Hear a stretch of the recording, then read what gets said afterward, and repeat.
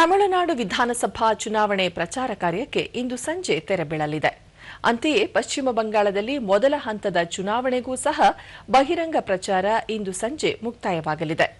ತಮಿಳುನಾಡಿನಲ್ಲಿ ಕೊನೆಯ ಕ್ಷಣದಲ್ಲಿ ಮತದಾರರ ಮನವೊಲಿಕೆಗೆ ರಾಜಕೀಯ ಪಕ್ಷಗಳು ಕಸರತ್ತು ನಡೆಸುತ್ತಿವೆ.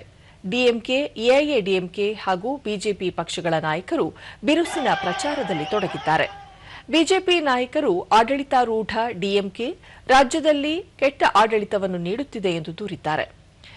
ಎಐಎಡಿಎಂಕೆ ನಾಯಕ ಇ ಪಳನಿಸ್ವಾಮಿ ರಾಜ್ಯದಲ್ಲಿ ಕಾನೂನು ಸುವ್ಯವಸ್ಥೆ ಹದಗೆಟ್ಟಿದೆ, ಅಪರಾಧ ಪ್ರಕರಣಗಳು ಹೆಚ್ಚಾಗಿವೆ ಎಂದು ಆರೋಪಿಸಿದ್ದಾರೆ.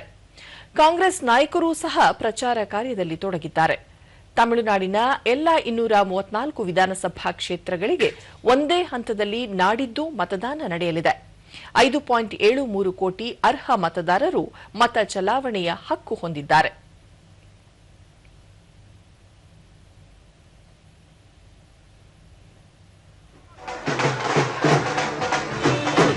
ಪಶ್ಚಿಮ ಬಂಗಾಳದಲ್ಲಿ ಗುರುವಾರ ಮೊದಲ ಹಂತದ ಚುನಾವಣೆಗೆ 16 ಜಿಲ್ಲೆಗಳ 152 ವಿಧಾನಸಭಾ ಕ್ಷೇತ್ರಗಳಲ್ಲಿ ಮತದಾನ ನಡೆಯಲಿದೆ.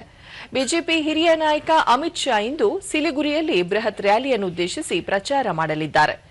ಟಿಎಂಸಿ ನಾಯಕಿ ಹಾಗೂ ಮುಖ್ಯಮಂತ್ರಿ ಮಮತಾ ಬ್ಯಾನರ್ಜಿ ಹಲ್ದಿಯಾ, ಬೈರಾಕ್ಪುರ್, ಜಗದಾಲ್ ಮತ್ತು ಜೋಡಾಸಾಕುಗಳಲ್ಲಿ ಸಾರ್ವಜನಿಕ ಸಭೆ ನಡೆಸಿ ಪಕ್ಷದ ಅಭ್ಯರ್ಥಿ ಪರ ಮತಯಾಚಿಸಲಿದ್ದಾರೆ.